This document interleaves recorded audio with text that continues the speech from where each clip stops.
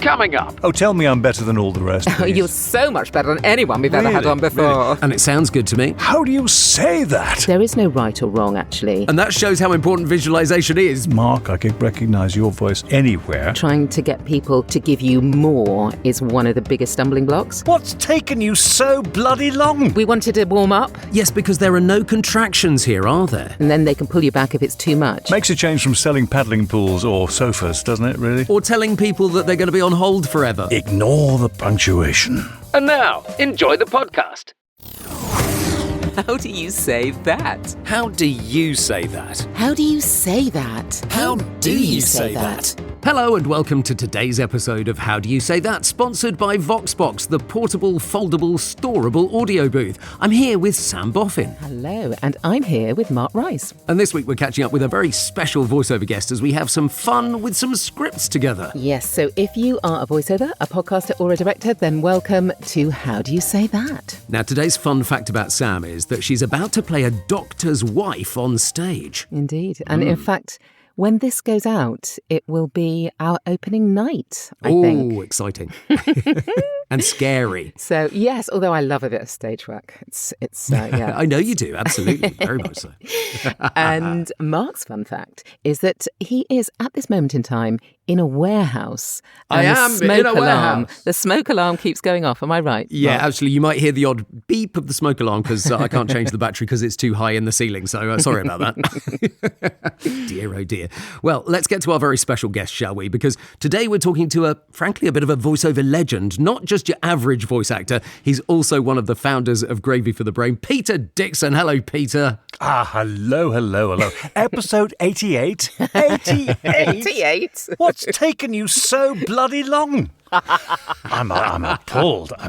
So, well, we wanted to warm up, you know? We wanted to warm up. we needed to Peter. warm up. We all need to warm up. It is autumn is upon us, yes, and Yes, here we indeed. are. Well, quite, But absolutely. in our little booths, in our respective booths, it's always summer. Always. Indeed it is. Always the sun is shining. Always Yes. bloody warm is what it is in the US. Can get rather warm in here too. Sam, let's find out a little bit more about Peter for the people that don't know, shall we? Oh, yes. Okay. So Peter is one of the UK's most prolific voiceover actors. He's been behind a mic for a gazillion years. It's 40 years. His voice is probably best known as the voiceover guy on Britain's Got Talent and The X Factor in the UK. And in a national poll, I love this fact, in a national poll, he was voted one of the top 3 iconic UK voices of the decade. Well, he was the BBC's youngest ever newsreader at the age of 17, and his voice has featured on over 30 major computer game titles. He's voiced thousands of TV and radio commercials, anchored award ceremonies for some of the world's biggest brands, and he's worked with most of the biggest producers and stars of UK entertainment. He was even one of the voices of the London 2012 Olympic Games, and as we mentioned, he also runs gravyforthebrain.com, a rapidly growing educational e-learning platform for voiceovers, as well, of course, as the One Voice Conference on both sides of the Atlantic, and Vox in the UK as well. Well, Peter. Good God. Wow, it's so these busy. things. Have you got a fun fact for us? Yeah, I'm bloody knackered. Yeah, that is fun. Will someone Not please surprised. give me a year off? Seriously, just hearing that makes me feel breathless. But it is over a long period of time, so I guess you take these things as they come. Fun fact: in 65, nearly 70 years now, I have been the only person ever in the history of the world to give Sooty a voice. And this, yes, no one didn't know this. But in an episode of Sooty and Friends on television, they asked me if I would lend my voice to Sooty for an episode where Sooty, through a magic spell, let's suspend our disbelief at this point. Through a magic spell, I had to give Sooty a voice, and I gave him the big voice I do. Of course. And of course, he shouted at Sue across the room, and all the plates and pictures and everything fell off the wall. I love that. There was a whole dresser full of crockery which crashed onto the floor. amazing. So I wrecked Sooty's home and gave him a voice at the same time. Sue was furious. I bet she was.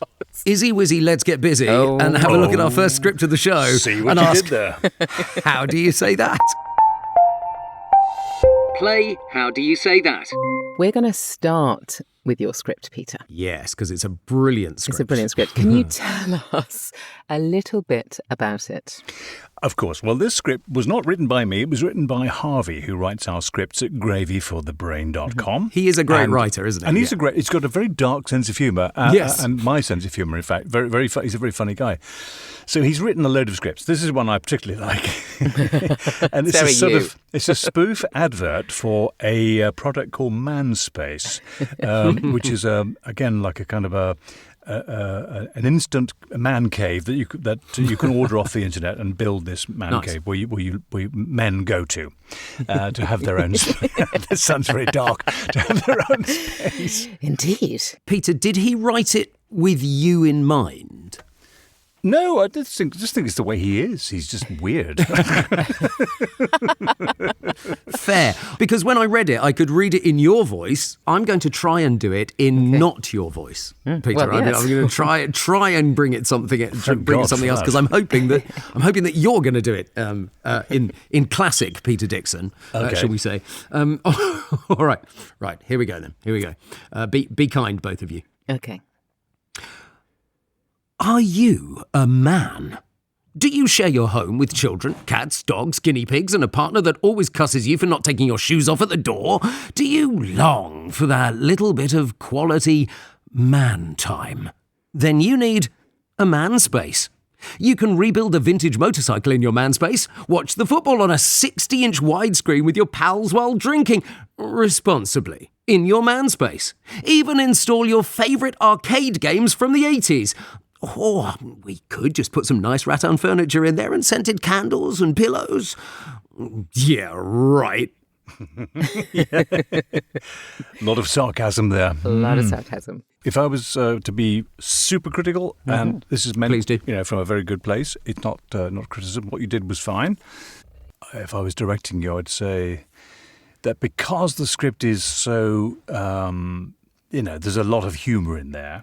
Maybe bring it out a bit more. Maybe be a bit more purposeful about the delivery. A bit smilier, a bit yes, no. Yeah, make it good. a little bit more pastiche, I think, because it's a pastiche script. It's not real.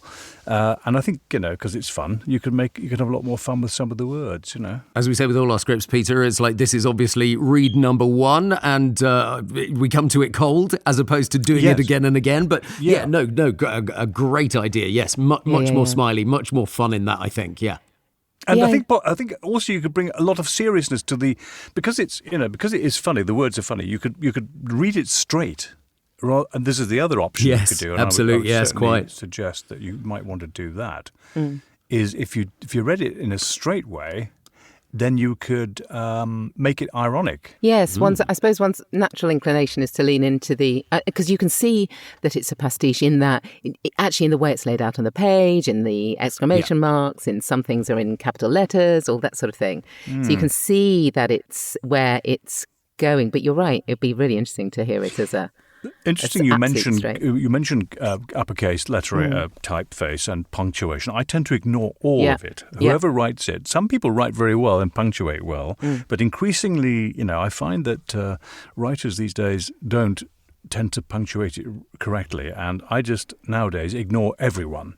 So I look at the script and I do it my way, whether it's a straight, narrative, whether it's a dramatic piece or whether it's something ironic like this. I will punctuate it in the way that my body tells me to, rather than slaving and slavishly following the punctuation and the emphasis that the writer has given, because it may not be right for the way I'm doing it. Do you take out the punctuation at any point, or do you just simply ignore it? No, I just ignore it. No, I've got to the stage now I can do that. I mean, a lot of people will find that quite confusing when they're looking at a script. They pause when they see a comma, and they will stop when they see a full stop. But I don't necessarily think you need to do that, because you can carry on. You can add commas where there aren't. You can take them out where they aren't.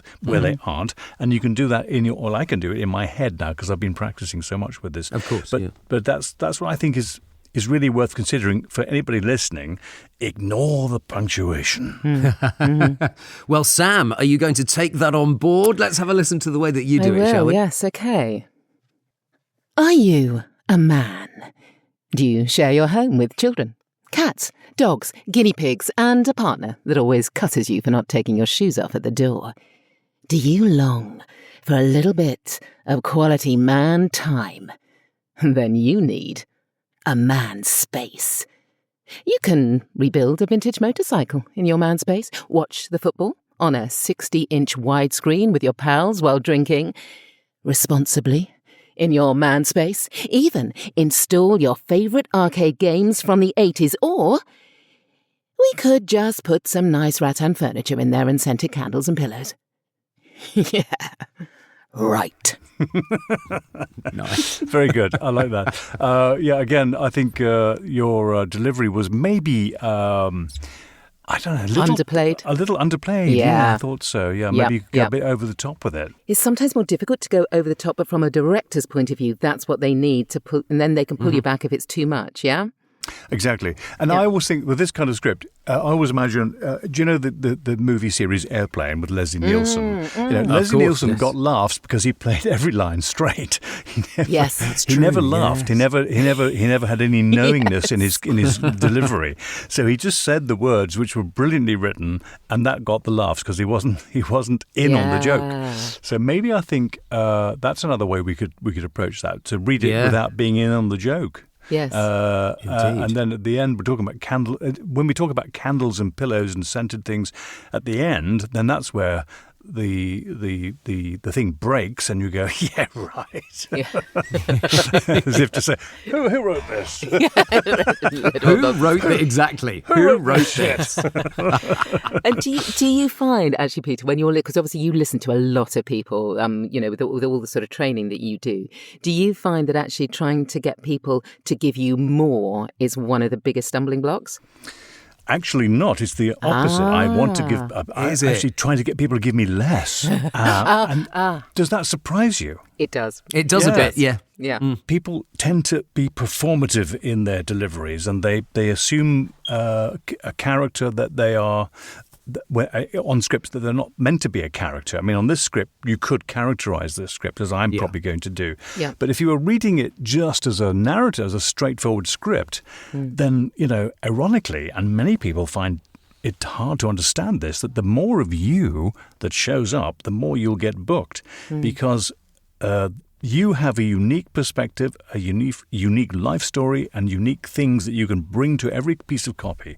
And the more of you that you can bring to it, the more people will chime with it. They'll recognize that it's authentic and it's true and it's you. That's where we want to get to. So take the performance out of it and just be you. That is such great advice. It's great advice, and it can be really difficult, particularly with commercials, I think. It can be a really difficult thing for people to get their head round, because they feel as though they need to try a little harder with commercials. Yeah, you don't. In fact, I go into many sessions in Soho, and top directors, commercial directors will direct me. And over the years, I've been told many times, just be you. And they want to hear your point of view.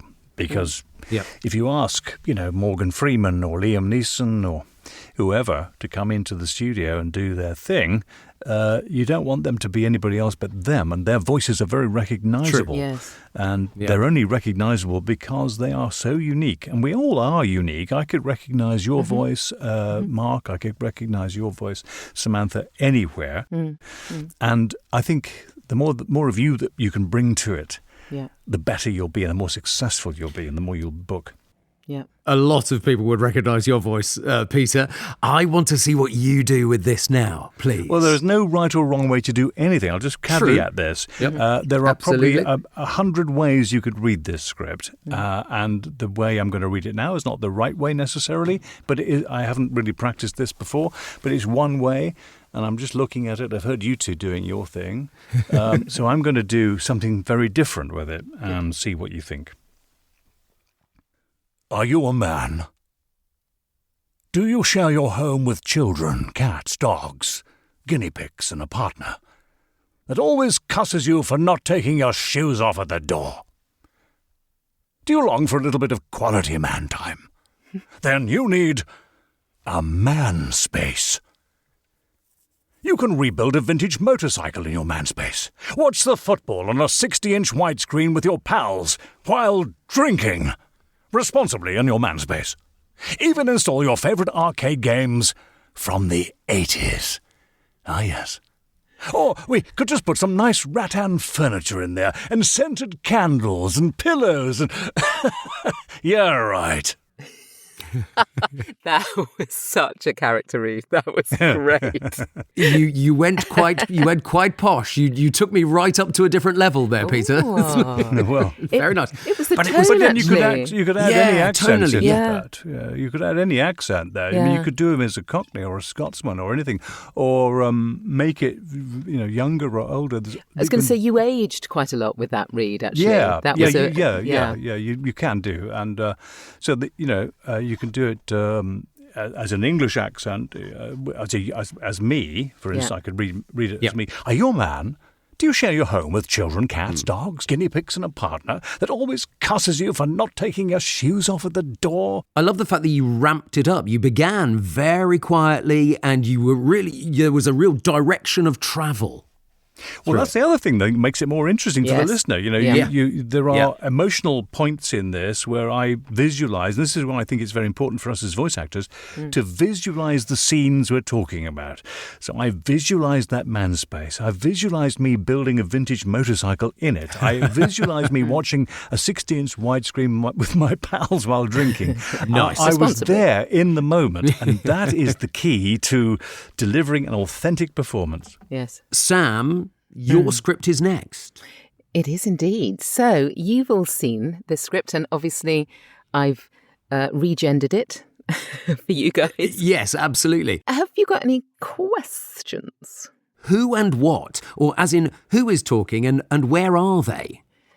Well, you're in the dock. Ah. And you're towards the end of. There's a whole story that I could go into here, but you're in the dock and you're at the end of quite a lengthy court case, Right. and this is your chance as the prisoner to have your say. This is part of a much longer monologue. Good question, that, actually. So many voice actors will launch into something and not really know the context, particularly in video games where you can't see the action and you're just given a few lines on a spreadsheet. You need to know what's happened before, where you are, what the time of day is, what year it is, what period of history it's in, Yes. because all these things will dictate how you speak. Yeah. And in fact, although you guys don't have to play it like this is actually sort of 1940s. Ah. That's why Interesting. the language Okay. feels quite precise. Yes, because there are no contractions here, Yeah. are there? When you look at it, it looks slightly clunky, almost, the language, because Yes. it's obviously meant to be a person, but it's not contracted.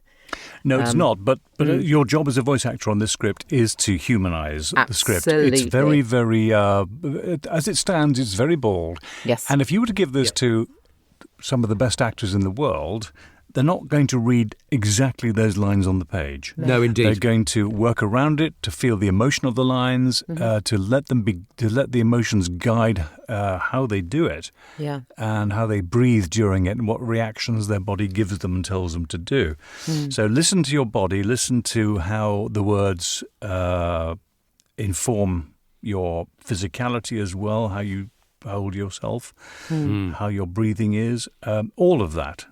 So again, I will emphasize this again. It's all about visualization and imagination. And if you can have those two things together, then you can really be in the scene. So run the movie in your head is what I'm saying, as you're reading the lines. Imagine that courtroom, the drama of the situation, what's gone on before, have the judge looking at you. Imagine what he looks like. Imagine what the defendant's family look like as they're watching you in the dock. It's a very emotionally charged scene. Yeah, absolutely. It is. And I think actually the where is funny because people ask, I've found, people are used to, don't always do it, but they often ask the who am I, what am I, who am I talking to, what am I saying? But actually the where often gets missed out. And actually the where is so important. Very important, yeah. Yeah. Otherwise, you can't really visualise properly, can you? Where am I? You need to know. Yeah. If you're in a World War II game and you're supposed to be flying a Spitfire in a dogfight, and you're reading the lines like this, look out, Pretty important. Captain, there's one on your left. It's just not real. Exactly. So you run the movie in your head, and you move around as well, because you've got to make your voice sound like you're actually in a plane. Exactly. Then you're going to sound real and in the scene. So it's really all about context. You're absolutely right, Samantha. Right. Well, now, Mark, you are going to. I'm guessing you want me to go for you. Yeah. Okay. All right. First. I shall be in the dock then. Here we go. All right then. She was right. I was not naturally bad. A coward broke my life, made me what I've become today. I had wronged her. I admit it. I was very sorry. I hated myself for my fault. I begged her pardon. I begged for it on my knees. She told me to go. She threw me out on the streets. Me, her husband, the mother of her child. Thanks to her, I've suffered 1,000 deaths. And I've killed. I hate her. Whoa, that was impassioned. Yeah, very good. And all that in a box, in a warehouse. Amazing. In a box in a warehouse, yes, quite. And that shows how important visualisation is. Yeah, absolutely. Yes, indeed. Yeah, it's very hard to do when you're particularly when you're in a box, or when you're in a studio on a Monday morning and you're reading this off a spreadsheet or something. It's indeed, and it's an unfamiliar space, for instance. Exactly. Yeah. Very good though. I thought it was good. Lots of emotion there, which is great. I would probably bring you back a little bit if I was directing. Yes, or fair. take you back a bit. Fair. I'd say just take about 20% off and you'd be there. And that was a very distinct choice, your accent. Yes. Yeah, it was very much so. interesting. What did you know you were going to do that before you opened your mouth out of interest? I did. You did. I looked at the non-contracted words, and I thought that is actually an easier way to play the non-contractions rather than to contracted as well. I thought. Actually, I'm always interested in the choices people bring. Contracting the words is in conversational speech is pretty much a thing you should do. I know this is the 40s, but I still think in the 40s they would have contracted words like I have to I've. Yeah. But my thought, Peter, was that he was in the dock and he was talking to a courtroom, so he was, as that character was trying to maybe bring his speech up a little bit, potentially, for the courtroom. Yeah, that's a good point. That's true. Peter, would you like to give it a go? I'll give it a go, yeah, of course. Nice.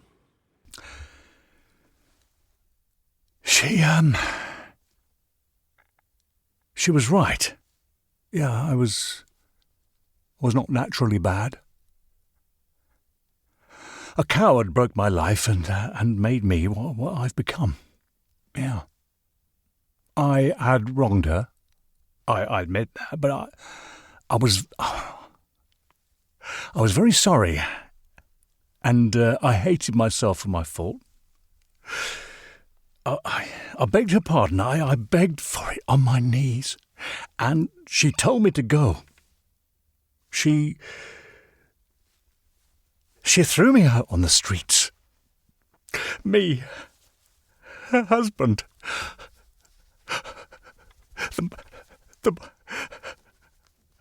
the mother of a child. She threw me out. And and thanks to her, I've suffered 1,000 deaths.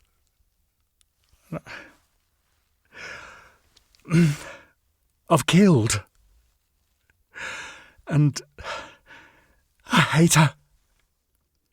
Nice. The pain. Wow. The pain came through. It really did.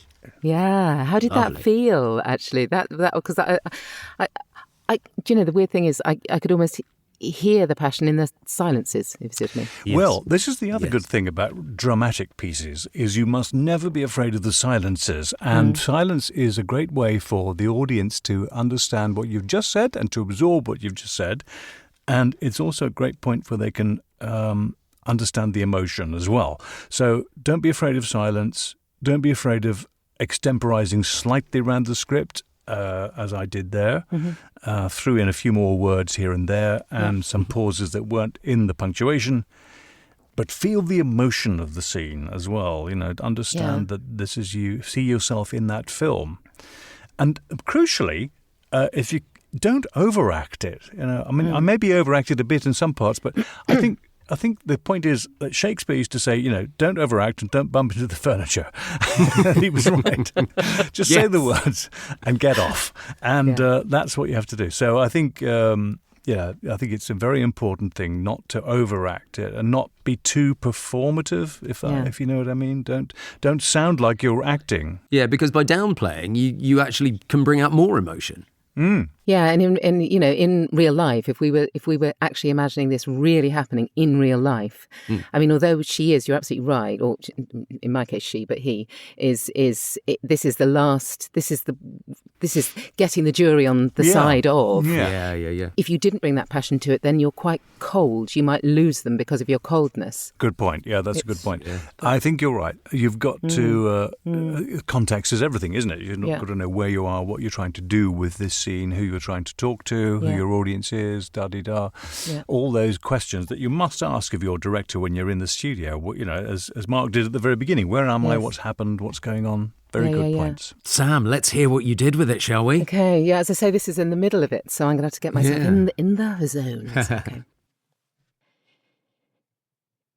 He was right. I was not naturally bad. A coward broke my life and made me what I have become. I had wronged him, I admit. But I was very, very sorry. And I hated myself for my fault. I begged his pardon. I begged for it on my knees, and he told me to go. He threw me out into the streets. Me, his wife, the mother of his child. Thanks to him, I have suffered 1,000 deaths, and I have killed. I hate him. Wow. There was a coldness that came through there that was chilling. Really good. Really good. Love that read. Very well, very well done, Sam. That was lovely. And you obviously were in the moment there, and you took my words that I said earlier about not being afraid of the silences, and you felt the emotion in the scene. I mean, that was a pitch-perfect take. I love stuff like that. Yes. Makes a change from selling paddling pools or sofas, doesn't it? Doesn't it? Or telling people that they're going to be on hold forever. Yes. How do you say that? And in a snappy change of pace, here is the wildcard bit of the show. So it's time to approach these lovely scripts in a very different way. So, Peter, can you pick one of the scripts and give one of us, either Sam or myself, a new motivation or character with it? Okay, so I've got 3 choices for you. You can pick whichever one you like because they're all equally good. We could wander away from format, and Peter could give one to each of us. Yeah, okay. True. So you can choose one of these each. I'll give you 3 choices. Right, okay. So here they are. I'll give you all 3. English Victorian undertaker, a village idiot, or an Irish or Scottish rural bartender. Oh, wow. I think I know which one I want to go for. Well, yes, I can imagine which Can you guess, Sam, which one I want to go for? Which one do you want to go for? I was thinking the village idiot. Yes. Wow. Oh, typecasting. Well, that's what I'm thinking. I'm thinking I should be able to fall into that quite easily, shouldn't I? That's for you to say. That is right. up to you. So, Sam, what do you fancy doing? Oh, I'll be an undertaker, but I don't know which script to do. So, Well, I think the script too would be quite good as an undertaker. Undertaker. Okay. Yeah, I think you're right. Okay. Does that mean you want me to try Manspace as the village idiot? Yeah, I think so. Yeah. We need to hear that as a village idiot. Absolutely. do you want to go first, Mark, or second? Not really, but I will. I'll stick my hand up and volunteer to go first if I have to. Great. Okay, all right. This is fun. Okay. No pressure. None at all. No, I'm not feeling it. Right. Are you a man? do you share your home with children? Cats, dogs, guinea pigs? And a partner that always cusses you for not taking your shoes off at the door? Do you long for that little bit of quality man time? Oh, I do. You need a Manspace. You can rebuild a vintage motorcycle in your Manspace. Watch the football on a 60-inch widescreen with your pals, drinking cider responsibly in the Manspace. Oh, yeah. Or install your favourite arcade. Oh, but Pac-Man, Space Invaders from the 80s. Steady. Or we could put some rattan furniture in there, scented candles and pillows. Yeah, right. That was good. I think you were getting into it as you went through it. Yes. The character Yes, evolved. agreed. And I Yes, think maybe agreed. if you were to do another go, you would make him really over the top. I love the fact you changed it to cider on the fly. I thought Yeah, that was I love that. Those little things you can drop in are really Yes. good. And directors, if they're listening to that, will say, yeah, that's a great idea. Let's keep that Yeah, in. yeah. So Yeah. always offer up your own ideas. yes. Right, let's go Okay. the other end of the scale and hear Undertaker, Now, shall undertakers, what undertakers do is, I guess, they show their wares. I mean, assuming that somebody is coming into my funeral parlour, then Yes. I'm wanting to show them what they can get for their loved one. I suppose Yes. that's what I think I'll do. Okay. He was right. I was not naturally bad. There's a coward broke my life and made me what I have become. I had wronged him. And I admit, yes, but I was very sorry. Silk lining, sir? I hated myself for my fault. I begged his pardon. Do try it out. Oh, yes, I begged for it on my knees. And he told me to go. Threw me out on the streets. The hinge works like so, sir. Okay, in there? Mm-hmm. Me? Mm-hmm. His wife? The mother of his child? Oh, there we go, sir. Thanks to him. I've suffered 1,000 deaths, and I have killed. I hate him. That was joyful. Very good. She was very straight, wasn't she? And you did something in there which I really loved, and I'd encourage you to do it at the end, because some people do. You did this thing at the end of a couple of sentences where you just went. Yeah. He was right. I was not naturally bad.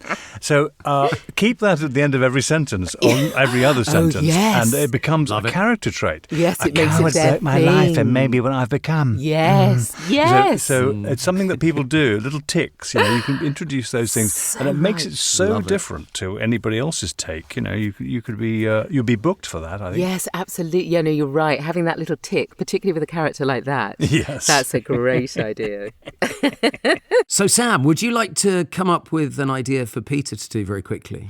Well, do you know, again, I had two, but I'm erring towards something quite... I'm erring towards a fitness instructor Oh God. with a new class. Brand new class. They can be any kind of fitness instructor, obviously.